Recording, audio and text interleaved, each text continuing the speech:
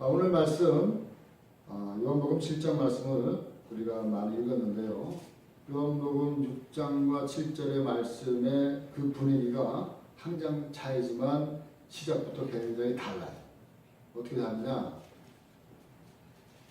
요한복음 6장 1절 말씀 한번 2절 말씀까지 한번 읽어볼까요? 예수께서 기베아 갈릴리가 건너편으로 가시되 그 무리가 따르니 이는 남자들에게 서시는 표적을 보았습니다. 자,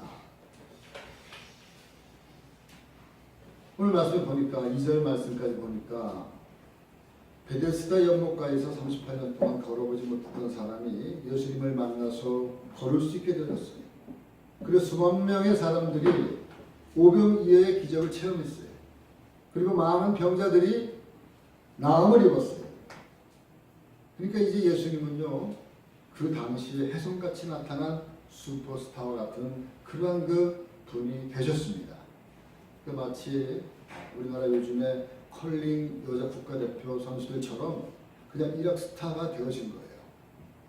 그러니까 예수님이 가는 곳마다 많은 사람들이 인산인해처럼 몰려들었습니다. 그 인기는 말할 것도 없이 하늘을 찔렀어요. 높아만 갔어요. 그래서 많은 사람들이 이른 아침부터 예수님이 계신 곳을 찾아 나섰어요. 그 많은 사람들이 찾아왔는데 예수님은 그 사람들에게 뭐라고 말씀하고 있냐면 내가 바로 생명의 떡이다. 생명의 떡이다. 내가 바로 영생의 떡이다. 내 살을 먹고 내 피를 마셔야지만이 너희가 영원히 죽지 않고 살 수 있다. 이렇게 잘 알아들을 수 없는 말을 했어요. 그러니까 사람들이 야, 참 예수님 말씀 어렵구나. 어떻게 저 말씀을 이해할까 하면서 한 사람 두 사람 예수님 곁을 떠나가기 시작했어요. 그동안 따랐던 많은 사람들, 소문 듣고 따랐던 사람들, 아니 보니까 이게 아니네. 예수님이 엉뚱한 말씀만 하시네. 내 살을 먹고 내 피를 마셔야 된다. 살을 먹고 피를 마시라. 아니 예수를 믿는 게 이렇게 신의종이 되라는 말인가? 하면서 사람들이 야 이건 아니구나. 예수를 따라도 크게 별일이 없구나. 이렇게 생각하면서 예수님의 곁을 하나둘씩 떠나가고 말았다는 거예요. 그러나 예루살렘에서는 아직까지도 예수님에 대한 무성한 소문이 나 있었어요. 그래서 어떤 사람들은 야 대단한 선지자가 바로 이 갈릴리에서 엄청난 일들을 많이 행하시고 있어. 희한한 기적들이 많이 일어났어. 38년 동안 걷지 못했던 사람이 일어났대. 심지어 죽은 사람이 일어났대. 병든 사람이 고침을 받았대. 별의별 그러한 그 기적과 희한한 그러한 그 소리를 접하면서 그 사람들에게 또 난 소문이 야 그러한 일들을 행하는데 안식일날 율법을 어기면서까지도 그런 일을 행하셨대. 이러한 그 소문이 나기 시작하면서 급기야 그러한 그 소문이요 그 당시 종교 지도자들, 제사장들, 바리새파 사람들의 귀에까지 들어온 거예요. 그러니까는 이 사람들은 그냥 그 소리를 듣고 아니 누가 안식일을 범하면서까지도 그런 일을 한데 아무리 놀라운 기적을 했다 할지라도 이건 안 되지. 이거는 죽일 짓이지. 여러분 그 당시 그 사회 유대 사회의 기본 질서 구약의 이 율법을 해치면은 바로 죽음이라는 거예요. 그래서 이 소문을 들은 사람들은 야, 그 사람이 누군지 몰라도 어떤 그 사람을 죽여야 되겠구나.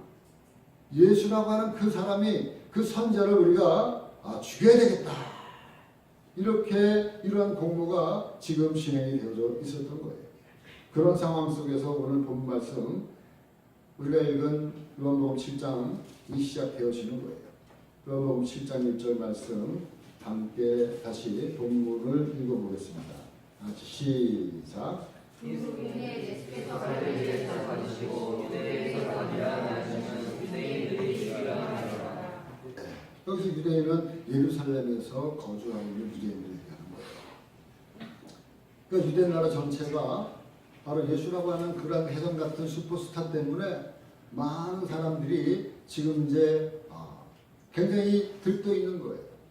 그런 가운데에서 또 분위기가 완전히 전환되어져 가지고 점점 험악하면서 살벌하게 진행되어지는, 유대인들이 예수 그리스도를 죽이려 함이로라, 이런 그 말씀으로 오늘 요한복음 7장 1절이 시작되어지는 거예요. 오늘 말씀 그 다음에 보면 예수님의 그 친형제들이 있어요. 예수님의 친동생들이 있어요.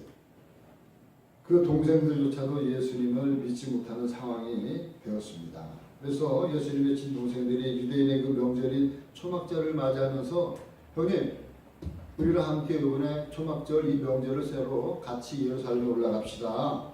아니, 이 촌구석에서 여기서 당신의 형님이 기적을 행하지 말고 저 큰 도시, 저 대도시 예루살렘에 가서 형님이 이곳에서 기적을 베풀고 표적을 나타내는 그러한 그 놀라운 일들을 거기서 해서 정말 선지자다운 그러한 그 모습을 보이는 것이 마땅하지 않겠습니까? 이렇게 동생들이 형 예수님에게 물어보는 거예요. 그럴 때 형 예수님은 이런 자의 거절을 합니다. 오늘 말씀 7장 8절 말씀 한번 읽어보겠습니다. 다 같이 시작. 너희는 명절에 올라가라. 내가 하지 않겠다니. 너희는 명절에 올라가지 않겠다. 예수님은 명절에 올라가지 않겠다. 함께 가지 않겠다. 왜 그랬을까요? 바로 동생들이 형 예수에게, 형님 같이 올라가요. 그래서 당신을 드러내세요. 놀라운 기적을 베풀어 보세요. 이 말은 뭐냐면 동생들도 거기에 편성해가지고 그런 그 놀라운 일들을 통해서 형님의 그런 그 명성에 올라가면 동생들도 뭐예요? 아니, 우리 친형이야. 우리 친형이 이렇게 위대해, 대단해. 나는 저분의 친동생이야 하면서 자기도 형님 덕분에 뭔가 큰 유익을 얻기 위한 그러한 그 속셈을 예수님은 알고 있었던 거예요.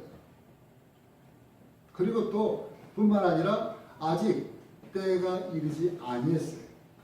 때가 되어지면 동생들이 올라가자 그렇게 권하지 않더라도 예수님은 아무도 올라가지 말라고 말려도 예수님은 어련히 알아서 예수님은 십자가의 죽으로 예루살렘으로 올라가실 것이,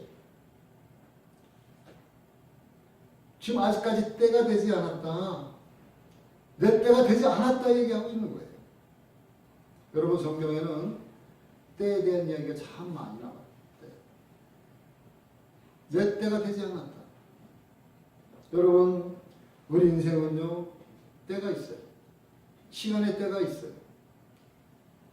우리는 태어나서 때를 따라서 부모님의 손에 의해서 유치원에, 또 초등학교에, 또 중학교, 고등학교, 그리고 대학을 들어갑니다. 그리고 대학을 나와서 또 취업을 해요. 그리고 취업을 하면서 또 좋은 사람을 만나서 좋은 배우자를 만나 결혼을 하고, 그리고 또 자녀를 낳고 이렇게 살아가는 인생 속에서 그 때가 있는 거예요. 입학할 때가 있고 졸업할 때가 또 올라갈 때가 있고, 그 때를 우리는 잘 타야 된다고 하는 사실이에요.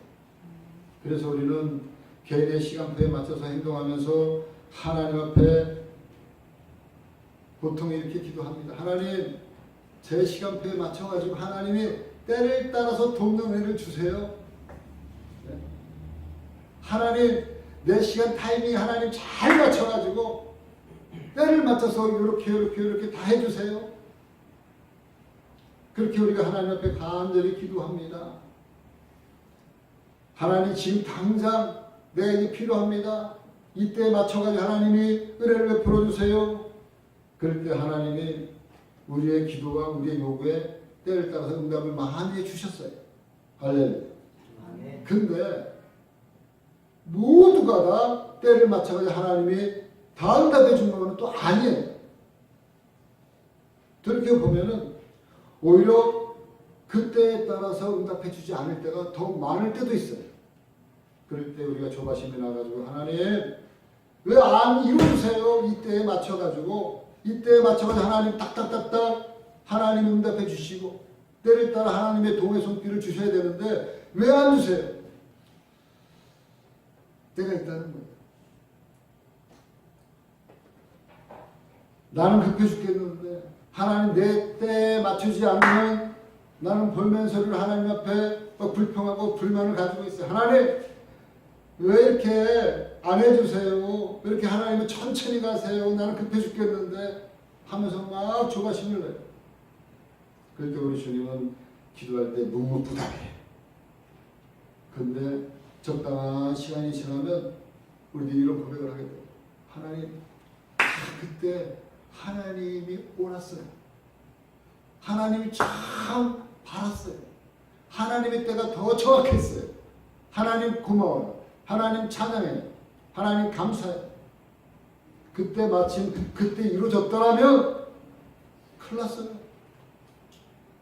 지나고 나면 얼마나 그런 얘기들이 많았는지 몰라요. 그때 내 생각으로는 그때 딱 맞아야지만이 모든 게 잘 이루어져.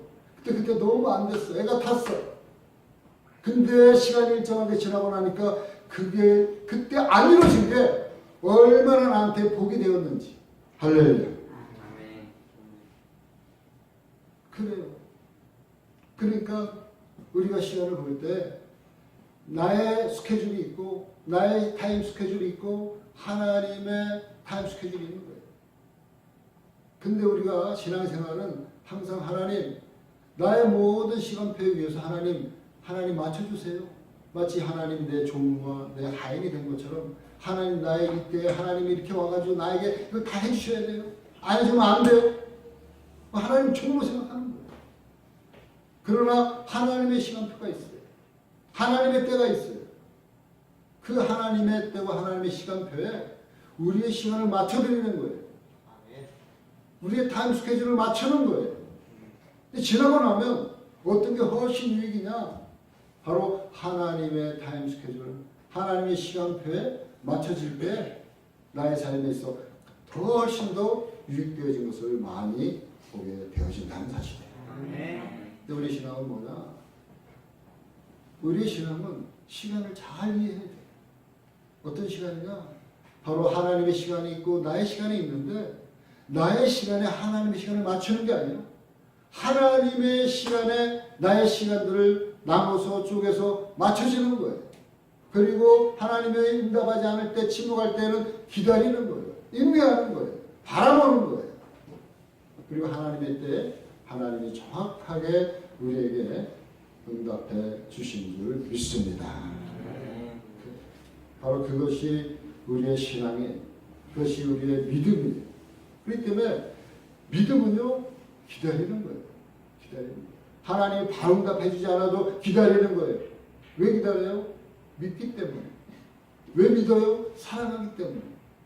그때 여러분 우리가 잘 아는 고린도전서 13장 무슨 장이에요? 사랑장. 사랑장에 보면은 사랑에 대해서 쭉 이야기하는데 그 사랑의 첫 번째 조건이 뭐냐? 고린도서 13장 4절 말씀에 보니까 첫 번째 조건이 사랑은 오래 참고 이것부터 나와요. 오래 참고.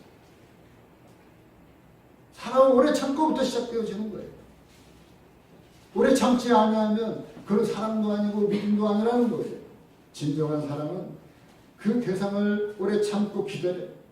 부모님은 자녀를 바라볼 때 자녀의 미숙함이 있어요. 자녀의 허물이 있어요. 그러한 그 자녀의 미숙함과 허물임에도 불구하고 오래 부모님들은 참고 인내하고 기다려요. 한해 때가 참에 그 자녀들이 이제 온전하게 성인으로 그리고 성장해서 결혼하고 자녀를 낳을 때까지도 그 부모님은 늘 인내하면서 모든 것을 수용하면서 사랑으로 감싸주면서 기다리는 거예요. 하나님도 저와 여러분 마찬가지. 하나님도 저와 여러분들의 허물, 저와 여러분들의 죄악들을 당장에 몇 차례 되지 않아. 혼내지 않아요. 하나님 끝까지. 저도 그 인내를 조금씩 배워가고 있어요. 평생 배워야 될 것 같아요. 다 할 수가 없어요. 그 하나님은 얼마나 그 나를 향해서 나를 보면 저를 보면요 하나님이 얼마나 인내를 많이 하셨는가. 하나님 마음을 얼마나 제가 많이 속을 수 있겠는가. 역으로 생각해 보면 그게 너무나 죄송스러워. 하나님 얼마나 나를 이렇게 만들기 위해서 오래 참으셨는가. 몇 번이라도 몇 차례를 대고 몇 차례라도 혼을 내고 몇 차례라도 하나님의 벌을 주고 12번이라도 더 벌을 내렸을 텐데 하나님은 그 벌과 혼과 매를 대지 않냐고 참는 게 참 힘들어요. 부모가 자식을 보고 참는 것도 참 힘들어요. 하나님은 그 엄청난 인내와 오래 참음과 그리고 그 믿음으로 또 참고 또 참고 또 참고. 왜? 나를 사람 만들기 위해서. 할렐루야. 하나님의 사람 만들기 위해서. 하나님의 사람으로 온전하게 성장케 하기 위해서. 하나님이 인내하고 또 참고. 이것이 하나님의 그 시간표의 가장 핵심이에요. 하나님의 시간표에 맞춰가는 저와 여러분들 되어지기를 주님의 이름으로 간절히 축원합니다. 형제들이 초막절을 지키러 예루살렘으로 올라갔어요. 그리고 나서 나중에 예수님도 올라가셨어요.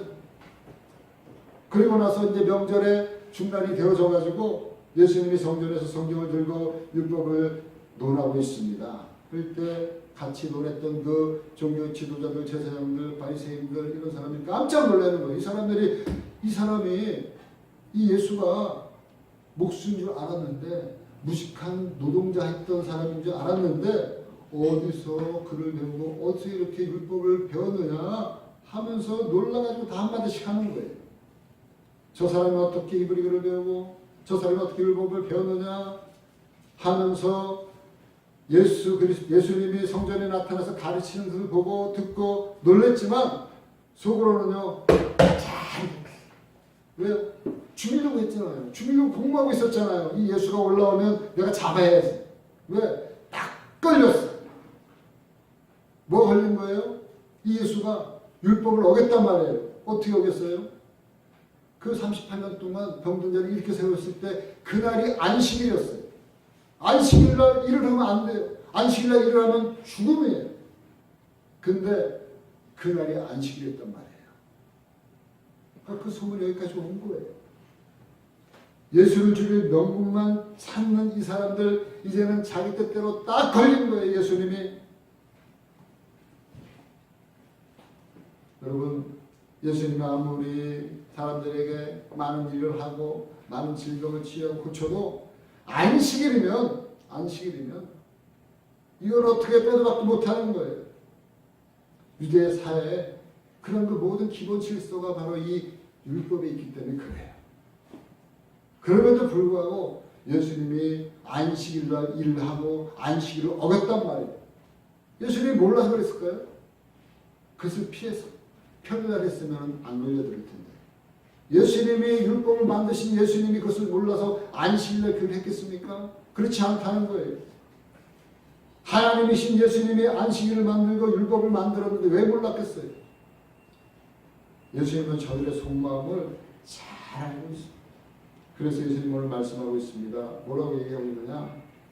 19절 말씀 우리 한번 읽어보겠습니다. 19절 말씀 다 같이 시작. 모세가 너희에게 율법을 주지 아니하느냐? 너희 중에 율법을 지키는 자가 없도다. 너희가 어찌하여 나를 죽이려 하느냐? 너희가 율법으로 나를 죽이려 하지만 너희도 제대로 율법을 지키지 않으면서 나를 죽일 수 있겠느냐? 예수님이 아주 그냥 그야말로 직격탄을 날린 거예요. 너도 지키지 않으면서 나를 죽일 수 있겠느냐 하시면서 저들이 율법을 잘 지키지 않는 것을 예를 들어서 설명하는 거예요. 오늘 말씀 21절, 24절 말씀 그 말씀 그 예예요. 예수님이 하신 예. 한번 읽어보겠습니다. 21절에서 24절 말씀 시작. 예수께서 대답하여 이르시되 내가 한 가지 일을 하노니 너희가 다 여호와를 명하는 사람이 이르라. 모세가 너희에게 할례를 행했으니 그러나 할례는 모세에게 선한 것이 아니요 천사에게 선한 것이라. 그러므로 너희가 안식일에도 사람에게 할례를 행하노라. 모세의 율법을 범하지 아니하고 사람이 안식일에 범하는 다른 것이 있는데 내가 안식일에 사람의 정신을 범하지 않아서 너희가 내게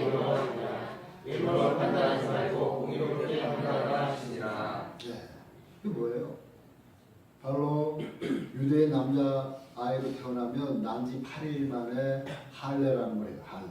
할례는 뭐냐면 남자 아이의 그 생식기에 그 표피를 베는 거예요. 오늘날 흑염수술 같은 거예요.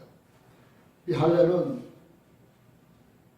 모세 율법이 공포되기 훨씬 전에 아브라함부터 이 할례를 하면서 하나님 아브라함에게 너는 할례를 해라. 여러분 이 할례를 하기 위해서는 안식일날에 딱 8일이 걸리면 안식일날 해야 돼요 말아야 돼요? 해야 되는 거예요. 안식일 하지 말아야 되는데 아무것도?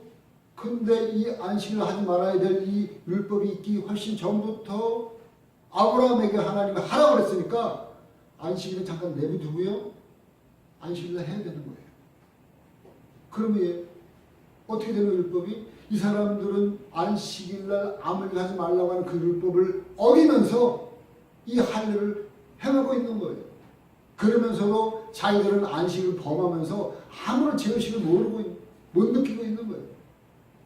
그러니까 예수님이 딱 걸린 거지. 예수님을 얘들아 너희들도 스스로 할례를 행하기 위해서 안식일을 범하면서 내가 안식일날 몸이 성하지 못해가지고 40년 동안 걷지 못했던 그 불쌍한 사람을 내가 건강하게 내가 고쳐줬기로 서니 그것이 잘못됐니 뭐가? 그것이 너희들의 마음 그렇게 노여했니? 이렇게 예수님이 얘기한 것은요. 사실상 이 율법 때문에 저들에게 얘기하는 게 아니에요. 그거 뭘 얘기한 거냐? 저들의 그 마음속 깊은 곳에요. 이 율법으로 말미암아 자기들이 누리고 있는 그러한 그 위치, 지위, 기득권 그 자리를 유지하기 위해서 저 사람들은 보이는 율법을 얼마나 철저하게 잘 지켰는지 몰라요. 일주일에 2번씩 금식하고요. 그리고 11조 드리고요.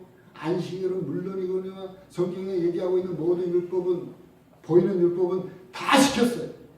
그래가지고 그 높은 위치에 좋은 자리에 종교 지도자로 제사장으로 바리새인으로 많은 사람들에게 존경받는 그런 위치에 올라선 거예요. 야, 저 사람 보니까 참 거룩해. 저분은 겉으로 볼 때는 정도 없고 흠도 없고 아무런 모자람이 없어. 저분은 참으로 훌륭한 분이에요. 이렇게 존경을 받았단 말이에요. 그러니까 사람들이 더욱더 길 모퉁이에서 서가지고 하나님께 기도를 해서 사람들이 보문 앞에서 기도하는 거예요. 하나님 하면서 꼬박꼬박 그 시간에 하루에 일주일에 2번씩 정확하게. 그러니까 저 사람은 한 번도 어김없이 율법을 너무 잘 지키는 거예요. 우리 같은 사람은 저 사람이랑 비교할 데가 없어. 비교할 수가 없어. 근데 막상 예수님이 딱 보니까 겉모습만 저렇게 율법으로 꽉 차 있죠. 저들의 속에는요 온갖 부정은 다 저지르는 거예요. 그래서 예수님이 저들의 그 속마음을 알고 직접 저들의 속을 갖다 비수를 꽂은 거예요. 그러니까 자기의 속을 찔르니까 저들의 마음이 어때요? 저들의 마음이 찔림 받으면서 그 찔리는 예수님이 그렇게 미운 거예요. 여러분 나의 그러한 어떤 그 부정 비리를 알고 있는 그런 그 속에 있는 비리를 내가 알고 있는 사람이 내 주변에 있는 사람이 와가지고 찔러보세요. 야, 너 왜 그런 짓 했어? 너 속으로 나쁜 짓 했잖아? 그럴 때 그 사람이 속으로 어떻게 했어요? 너 찔러대지 마. 찔러대면 너 죽어. 어? 이걸로 끝내. 계속 찔러대. 너 죽일 거야? 결국에는 자기의 비리, 부정, 부패 이걸 알고 있는 사람이 계속 찔러대면 둘 중에 하나예요. 자기가 죽이든지 아니면 그 사람들 손에 들든지. 그래. 그래서 요새 나오는 게 뭐예요? 미투가 나온 거 아니에요. 네? 찔러대니까 찔러대다 못해 둘 중에 하나잖아요. 네? 찔린 사람을 죽이든지 아니면 자기 고백을 하든지. 이 둘 중에 하나 안 하면 견딜 수가 없는 거예요. 사람의 가장 무거운 것이 바로 이 죄책감이에요. 죄를 다 안고 사는 거예요. 여러분 참으로 하나님이 우리에게 율법을 주셨어요. 율법을 주셨는데 우리 주님이 오늘도 말씀하기를 너희들이 율법을 지키긴 지키지만 율법을 제대로 지키지 않았다. 제대로. 19절 말씀 다시 한번 읽어볼까요? 19절 말씀 다 같이 시작. 모세가 너희에게 율법을 주지 아니하느냐 너희 중에 율법을 지키는 자가 없도다 너희가 어찌하여 나를 죽게 하느냐. 예, 겉으로는 너무 잘 지키고 있어요. 그러나 예수님 앞에는 딱 걸린 거예요. 저들은 율법을 지키는 자가 없다. 이 사람들은 그동안 율법 때문에 복을 받고 좋은 자리 차지하고 사람들로부터 존경받고 율법을 완전하게 지키는 것처럼 보이지만 예수님 딱 그런 거예요. 야, 율법을 완전하게 지킨 사람이 있으면 나오라고. 이곳에서도요. 여러분 한 주 동안 살면서 율법을 완전하게 지킨 사람이 있으면 나와보세요. 그러면 나올 사람이 어디 있어요? 못 나오는 거예요. 그 말에 자유로울 사람 없는 거예요. 그 말에 정해라. 저는 율법에 완전합니다. 완벽합니다. 이렇게 하고 나올 사람은 아무도 없다는 거예요. 여러분 그렇다면 율법은 왜 주셨을까? 하나님 우리에게 율법을 지키라고 줬는데 지키라고 주게 해놓고 또 못 지킨다고 뭐라 하고. 여러분 율법이라는 게요 지키라고 주셨지만 율법은요 우리에게 죄를 물어요. 율법이 있기 전에 지은 죄는요 법이 없기 때문에 죄라고 성립이 안 되는 거예요. 그래서 국회에서 입법을 계속 세우는 것은 뭐냐면 그동안 법이 없기 때문에 나쁜 짓을 많이 해도 잡아갈 법이 없는 거예요. 그러니까 국회의원들이 이런 일이 많을 때는 이런 일들은 입법을 해야 됩니다. 그래서 입법부가 있는 거예요. 국회의원들이 이런 법을 세우고 그리고 그 법의 시행령이 떨어지고 나서부터 이제는 요 죄가 입법되어져 시행령이 있기 전까지는 법이 그런 죄를 져도 죄가 아닌데 입법이 만들어진 이후에는 이제는 죄를 지면 무조건 죄라는 거예요. 그러니까 율법의 기능이 뭐냐? 죄를 정죄하는 기능이 있는 거예요. 죄를 묻는 거예요. 죄의 값을 요구하는 거예요. 결국에는 모든 사람이 죄인인 것을 어떻게 알아요? 율법이 있기 때문에 안다는 거예요. 그러니까 이 율법을 지키고 아무리 지키려고 해도 우리는 죄를 지을 수밖에 없기 때문에 결국에는 이 땅에 예수님이 오실 수밖에 없다고 하는 사실이에요. 그 율법의 그 요구를 충족시키기 위해서 결국에는 예수님이 이 땅에 오셔서 모든 사람들의 죄값을 예수님이 그 십자가에서 다 치르셨어요. 그리고 나서 그것을 믿는 사람들에게 하나님이 죄 사함을 허락하신 줄 믿습니다. 그게 바로 구원받은 거예요. 예수님 믿어요. 이 한마디가 구원받게 하는 게 아니라는 거예요. 여러분 예수님만이 우리를 이 율법에서 자유할 수 있게 하실 수 있는 분인 줄 믿습니다. 갈라디아서 3장 24절 말씀이 그걸 우리에게 분명하게 이야기하고 있어요. 여러분들이 성경을 한번 찾아보겠습니다. 갈라디아서 3장 24절 말씀 305쪽 시작. 이같이 율법이 우리를 그리스도께로 인도하는 좋은 교사가 되어 율법과 영원한 긍휼로 말미암아 의롭다함을 얻게 하려 함이라. 다시 한번 시작. 이같이 율법이 우리를 그리스도께로 인도하는 좋은 교사가 되어 율법과 영원한 긍휼로 말미암아 의롭다함을 얻게 하려 함이라. 율법이 우리를 어디로 인도해요? 예수님께로, 그리스도께로. 이 말은 뭐예요? 바로 구원은, 이 율법은 우리가 우리의 힘으로 능으로 도저히 죄 문제를 해결할 수 없다는 것을 깨닫게 해주는 거예요. 아무리 율법을 완벽하게 지킨다 해도 또 제자예요. 그 율법을 우리가 100% 충족시킬 수가 없는 죄인이에요. 그러니까는 아무리 애를 써도 우리는 율법을 지킬 수 없다. 내 힘으로 능을 할 수 없다. 결국에는 예수님이 아니면 도저히 예수님이 아니면은 우리의 죄값을 지불할 사람이 아무도 없다. 그러니까 이 율법은 누구한테로? 그리스도로 인도하는 가정교사다. 초등교사다. 믿습니까? 여러분, 저와 여러분들은 율법을 지킬 능력이 없는 존재. 예수님이 흘리신 보혈로만이 우리의 모든 율법의 죄값에서 우리의 죄값을 지불하시고 갚아주실 수 있는 그러한 분이 예수님 외에는 없다는 거예요. 우리가 이 사실을 믿을 때 그리스도의 생명이 왜 죄가 없습니까? 예수의 영이신 그리스도의 생명이 우리한테 들어오는 거예요. 저와 여러분 안에 예수의 영으로 그리스도의 영으로 생명이 들어오는 거예요. 우리가 입으로 예수님 믿습니다. 이렇게 해서 구원받는 게 아니에요. 내 죄값을 예수님의 십자가에서 다 지불하고 갚아주셨다고 하는 이 사실을 내가 믿을 때 죄사함을 받는 그 순간에 하나님의 영이신 예수의 영 우리 안에 들어와서 생명으로 들어와서 우리에게 영생을 주시는 거예요. 할렐루야. 제가 우리 김상호 우리 성도님 우리 김나연 집사님 아버지랑 전화 통화를 한 4-5번 했어요. 그때 전화 통화하면서 계속해서 영접 기도를 했어요. 영접 기도를 하는데 건성건성으로 아무리 몸이 아프면 건성건성 할 수 있잖아요. 건성건성으로 따라하지 않았어요. 예수님, 저는 죄인입니다.